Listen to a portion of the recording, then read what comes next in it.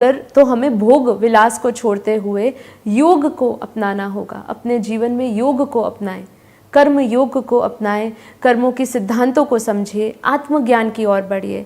जब आप आत्मज्ञान की ओर बढ़ेंगे ना, तो आपके अंदर आत्मविश्वास बढ़ेगा, और जब आत्मविश्वास बढ़ेगा आप अपने द्वारा अनंत आत्माओं का कल्याण कर पाएंगे।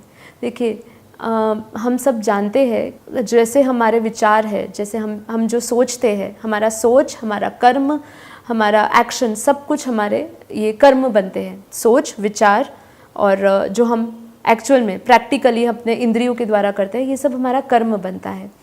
अब अगर हमें दुनिया का कल्याण करना है, तो सबसे पहले हमें अपने कर्मों को सुधारना होगा।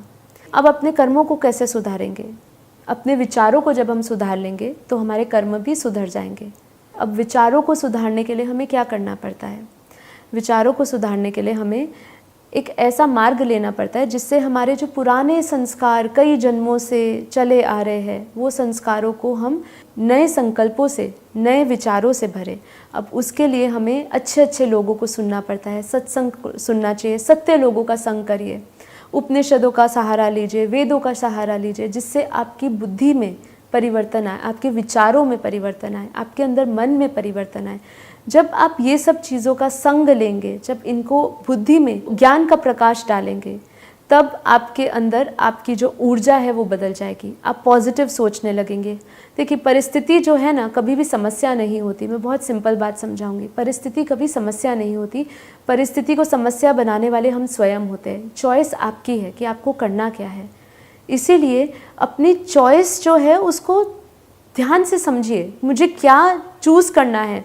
मुझे नेगेटिव लाइफ चूज़ करनी है, पॉजिटिव लाइफ चूज़ करनी है। जब हम कर्मों के सिद्धांतों को समझ जाते हैं, अपनी एनर्जी को समझ जाते हैं, हम समझ जाते हैं कि हम एक कॉन्शियसनेस है, हम एक आत्मा है, हम एक दिव्य चेतन आत्मा है, हमारा स्वरूप परम प्रकाश है। जब हम ये सब चीज़ों को, ये परम तत्वों को जान जाते हैं, अपने परम प्रकाश को जान जाते हैं, अपने मूल स्वरूप को जान जाते हैं, तब हमारे लिए बहुत आसान हो जाता है कि हम अपनी एनर्जी को मेंटेन करें। कैसे एनर्जी को मेंटेन कर सकते हैं? अपने विचारों के द्वारा। अपने विचारों को अच्छी जगह पे लगाइए। देखिए, काफ़ी बार ऐसे लोग अपनी समस्या लेकर मेरे सामने आते हैं कि हम जब तक ध्यान, योग और सत्संग करते हैं, तब तक हमारे विचार बहुत ही शुद्ध रहते हैं, पवित्र रहते हैं, हम शांत स्वरूप अनुभव करते हैं। लेकिन इसको हम लंबे समय तक अभ्यास नहीं कर सकते। अब लंबे समय के अभ्यास करने के लिए आपको कितनी प्रैक्टिस करने की ज़रूरत है? हम प्रैक्टिस अपनी लाइफ में नहीं ला पाते। देखिए, बच्चे को भी जब हम स्कूल में दाखिला करवाते हैं और जब उसको पढ़ाते हैं, तो उसको भी ABCD हम पूरे 1 साल तक उसको सिखाते रहते हैं, जब तक उसको जो सीखना है वो दृढ़ ना हो जाए, अच्छी तरह याद ना हो जाए।